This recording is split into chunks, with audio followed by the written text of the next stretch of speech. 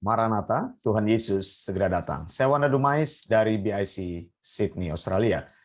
Saudara yang dikasihi Tuhan, kita perlu belajar sebagai orang Kristen, belajar dari sebuah cara yang baik di dalam Alkitab, atau belajar menjadi orang Kristen yang baik dari teladan orang Berea di Alkitab. Kisah Para Rasul 17 ayat yang ke-11. Saya bacakan ayat ini untuk kita semua. Orang-orang Yahudi di kota itu lebih baik hatinya daripada orang-orang Yahudi di Tesalonika, karena mereka menerima firman itu dengan segala kerelaan hati, dan setiap hari mereka menyelidiki kitab suci untuk mengetahui apakah semuanya itu benar demikian. Saudara, yang dimaksud dengan orang-orang Yahudi di kota itu adalah orang-orang Yahudi Berea. Dikatakan orang-orang Yahudi di Berea berbeda dengan orang-orang Yahudi di Tesalonika. Apa yang menjadi perbedaannya? Alkitab memberikan kepada kita penjelasan yang jelas di sini. Orang Yahudi di Berea menerima firman Tuhan, menerima pengajaran sound doctrine, menerima ajaran yang sehat itu dengan segala kerelaan hatinya. Itu yang pertama. Yang kedua, setiap hari mereka menyelidiki sound doctrine, menyelidiki firman Tuhan untuk mengetahui apakah semuanya itu benar demikian. Saudara, orang Berea telah meninggalkan teladan yang luar biasa bagi kehidupan beriman orang percaya yang hidup di masa kini. Kita harus belajar dari orang-orang Yahudi di Berea dalam membangun iman kita kepada Tuhan. Apa itu, saudara? Bahwa percaya kepada Yesus bukanlah percaya yang pasif. Percaya Yesus Kristus adalah percaya yang aktif. Percaya Yesus Kristus bukan percaya yang hura-hura, saudara. Percaya Yesus Kristus adalah percaya yang aktif, bukan euforia. Keaktifanmu tidak dibuktikan dengan segala kegiatan ibadahmu, tetapi keaktifanmu dibuktikan dengan mengasihi Yesus. Percaya Yesus bukan amin-amin. Percaya Yesus bukan katakan di sana-sini kamu sudah bertobat. Percaya Yesus bukan tunjukkan kepada orang bahwa aktivitas ibadahmu itu adalah aktivitas ibadah yang banyak. Percaya kepada Yesus adalah mengasihi Yesus, dan mengasihi Yesus artinya mengasihi firman-Nya. Saudara, Kisah Para Rasul 17 ayat 11 memberikan fakta ini. Lihat, saya tunjukkan. Orang Berea adalah orang Yahudi secara iman sebelum percaya kepada Yesus Kristus. Artinya mereka bukan orang percaya sebelumnya.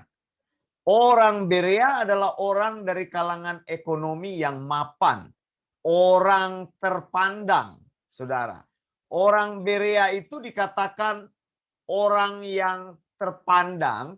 Maksudnya terpandang itu bahwa mereka itu secara ekonomi itu mereka bukanlah orang-orang sembarangan. Orang-orang yang punya ekonomi yang mapan. Lihat, semakin orang itu tinggi ekonominya, mereka bukan semakin menjauhi Tuhan, tapi mereka mencari Tuhan. Jadi status ekonomi tidak bisa membatasi orang mencari Tuhan. Status ekonomi tidak bisa membuat orang, di sini kita bisa lihat apakah orang semakin rendah ekonominya, semakin miskin dia mencari Tuhan atau tidak, atau orang semakin kaya mencari Tuhan atau tidak. Bukan itu isunya. Isu ekonomi tidak bisa membatasi kita untuk percaya kepada Yesus. Percaya kepada Yesus harus dipisahkan dengan masalah berkat. Kemudian saudara, orang Berea menerima firman Tuhan dengan hati yang terbuka. Orang Berea menyelidiki firman Tuhan untuk belajar. Kemudian orang Berea menguji setiap ajaran yang disampaikan apakah semuanya sesuai dengan firman Tuhan yang tertulis. Orang Berea yang sibuk memberi waktunya setiap hari untuk kebenaran firman Tuhan. Saudara yang dikasihi Tuhan, ini kualitas-kualitas yang luar biasa.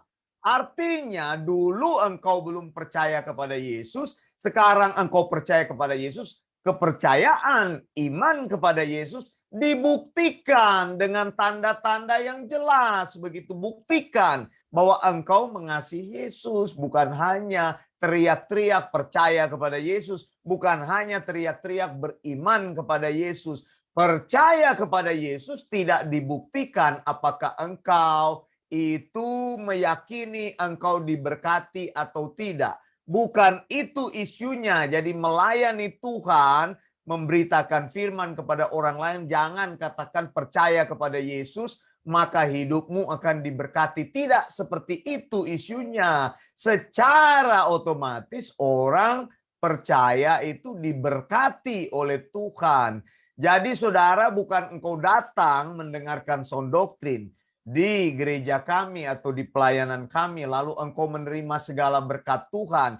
Lalu saya katakan bahwa engkau sudah mengalami banyak hal di dalam pelayanan sound doktrin. Mungkin karena engkau diberkati, karena didoakan, bisnismu maju dan sebagainya. Tidak seperti itu ya saudara. Orang Berea adalah orang yang sudah mempunyai ekonomi yang mapan, tapi mereka datang kepada Tuhan. Status ekonomi mereka tidak membatasi mereka untuk mencari Tuhan. Kekayaan mereka tidak menghalangi mereka untuk mencari Tuhan. Semakin mereka diberkati oleh Tuhan, hidup mereka semakin mencari Tuhan. Ini yang betul. Lalu menyelidiki atau menerima, yang pertama menerima firman Tuhan dengan hati yang terbuka, saudara. Bagaimana caranya engkau menjadi orang Kristen yang baik kalau engkau tidak membuka hatimu untuk firman Tuhan, tidak menerima firman Tuhan dengan terbuka? Banyak orang mereka datang kepada Tuhan, mereka datang dengan sikap yang sok tahu. Tidak bisa seperti itu. Dengan sikap yang prejudis. Tidak bisa seperti itu. Datang kepada Tuhan, hatinya itu terbuka untuk menerima sound doktrin. Begitu. Jadi datanglah dengan hati terbuka supaya Tuhan bisa mengubah hidupmu. Kita tidak bisa diubahkan oleh firman Tuhan kalau kita tidak menerima dengan hati yang terbuka. Jangan sok tahu begitu. Saya sudah tahu itu, saya sudah belajar itu, saya sudah lahir dari orang Kristen, saya sudah melayani Tuhan, saya sudah jadi penatua, diaken. Bagaimana jadi penatua, diaken tidak tahu firman Tuhan? Jadi terima dengan hati yang terbuka. Saudara, orang Kristen tidak pernah berhenti belajar. Orang Kristen adalah orang yang selalu belajar, saudara. Kemudian dikatakan orang Berea menyelidiki firman Tuhan itu. Jadi bukan hanya menerima, tapi mereka menjadi pembelajar-pembelajar firman. Kalau engkau mendengar sound doktrin, terbukalah. Dan juga engkau harus belajar, menulis, saudara, membuat catatan-catatan firman Tuhan yang engkau dengarkan. Jadi bukan hanya dengar di telinga kiri lalu keluar di telinga yang kanan. Firman Tuhan hanya singgah sebentar lalu keluar. Ini tidak akan membawa manfaat dalam hidup kita. Orang Berea menguji setiap ajaran yang disampaikan. Uji, saudara. Setiap ajaran yang engkau dengar, setiap firman yang engkau dengar, ya, banyak orang saya bilang hanya berbicara dongeng saja, saudara. Mereka bicara satu ayat Alkitab, lalu mereka terus bicara hal yang tidak ada hubungan dengan Alkitab itu. Itu khotbah-khotbah seperti itu. Bicara kata-kata positif, bicara ajaran kemakmuran, bicara motivasi saja. Orang Kristen tuh banyak hanya menjadi motivator-motivator saja. Tuhan tidak mau seperti itu. Tuhan mau kita mendapatkan pengajaran yang benar dari firman Tuhan, begitu. Jangan kalau dengar motivasi semangat hidupmu, tapi engkau tidak pernah menjadi tahu di dalam hidupmu. Sudah berapa banyak, sudah berapa lama engkau jadi orang percaya, tapi tidak pernah bertumbuh mengenal ajaran sound doctrine. Dikatakan orang Berea menguji setiap ajaran. Apakah sesuai dengan firman Tuhan yang tertulis? Memang mereka mau menjadi pembelajar firman Tuhan. Lalu saudara, mereka memberi waktunya. Mereka sibuk setiap hari untuk mencari kebenaran firman Tuhan. Apa yang engkau sibukkan hari ini? Apakah engkau lebih sibuk terhadap perkara-perkara lain? Selidiki, lihatlah waktumu setiap hari. Berapa banyak, berapa persen waktumu setiap hari untuk mencari kebenaran firman Tuhan. Jadi teladan orang Berea seharusnya menginspirasi kehidupan beriman kita. Cara mengujinya begini. Kita mengasihi Tuhan Yesus. Lalu apakah kita mengasihi firman-Nya? Begitu. Mengasihi Tuhan adalah mengasihi firman Tuhan. Mengapa saudara? Karena firman Tuhan akan mengkoreksi cara hidup kita. Firman Tuhan yang kita mengerti akan membuat praktek beriman kita menjadi sehat. Bagaimana mungkin orang bilang mengasihi firman Tuhan kalau praktek berimannya tidak sesuai dengan firman Tuhan? Ini aneh kan, begitu kan? Orang teriak-teriak haleluya, orang nangis-nangis doa, orang lakukan banyak hal untuk Tuhan, tapi ternyata praktek berimannya itu tidak sesuai dengan firman Tuhan. Mengapa? Karena firman Tuhan tidak pernah mengoreksi hidupnya. Firman Tuhan tidak pernah mengajar dia. Tidak pernah mengerti akan firman Tuhan. Jadi tidak pernah bisa mempraktekkan sound doctrine itu. Akhirnya apa? Orang percaya akan menjadi kompromi. Karena dia sendiri tidak tahu apa yang firman Tuhan ajarkan. Kompromi saudara, percaya firman Tuhan, tapi juga percaya ajaran-ajaran yang sesat. Percaya firman Tuhan, tapi masih percaya kepada dukun-dukun, opo-opo. Percaya firman Tuhan, masih percaya kepada hal yang ngero-ngero. Percaya, katakan, aku percaya firman Tuhan, tapi masih percaya nubuatan. Orang bernubuat didengarkan begitu. Padahal Tuhan sudah bicara, firman-Nya sudah selesai. Begitu, percaya firman Tuhan, tapi percaya pada mimpi-mimpi. Mimpi yang mengatur hidupnya. Penglihatan yang mengatur hidupnya. Masih percaya kepada roh-roh orang mati. Saudara tidak bisa seperti itu. Firman Tuhan menyuruh kita menguji setiap ajaran. 1 Tesalonika 5 ayat yang ke-21. Firman Tuhan katakan, ujilah segala sesuatu dan peganglah segala yang baik, saudara. Lalu Efesus 5 ayat 10 katakan, ujilah apa yang berkenan kepada Tuhan. Segala pengajaran firman Tuhan itu harus diterima dulu. Buka hatimu, lalu kemudian setiap ajaran itu harus diselidiki, diuji. Apakah ajaran-ajaran tersebut saling bertentangan atau tidak harmonis? Alkitab selalu harmonis satu sama lain. 1 Yohanes 4 ayat 1 berkata, saudara-saudaraku yang kekasih, janganlah percaya akan setiap roh, tetapi ujilah roh-roh itu apakah mereka berasal dari Allah. Sebab banyak nabi-nabi palsu yang telah muncul dan pergi ke seluruh dunia. Saudara lihat, nabi-nabi palsu. Engkau sendiri masih mengatakan si Anu itu nabi. Padahal Tuhan bilang semua itu nabi-nabi palsu. Nabi-nabi sudah tidak ada lagi. Alkitab sudah disempurnakan. Kenapa Tuhan mau mengangkat lagi nabi? Tetapi Alkitab katakan banyak nabi-nabi palsu muncul. Itu, saya ini nabi, saya ini nabi, saya ini nabi. Dan mereka pergi ke seluruh dunia untuk menyesatkan. Mereka mencari keuntungan dari firman. Mereka mencari uang dari firman. Menyampaikan apa yang mereka bilang mereka disuruh Tuhan. Tapi tidak pernah disuruh Tuhan. Hati-hati saudara. 1 Yohanes 4 ayat 1 sudah katakan. Di dunia ini sudah dipenuhi dengan nabi-nabi palsu. Mereka berkeliling. Mereka bicara bahwa mereka adalah orang yang menyampaikan firman Tuhan secara langsung. Saudara yang dikasih Tuhan, orang Berea, yang tadinya beragama Yahudi, setelah mendengar ajaran sehat, sound doctrine, maka ini yang mereka lakukan. Yang pertama, menerima sound doctrine itu. Yang kedua, menyelidiki sound doctrine itu. Yang ketiga, menguji ajaran yang disampaikan. Apakah sound doctrine itu harmonis dengan Alkitab yang tertulis?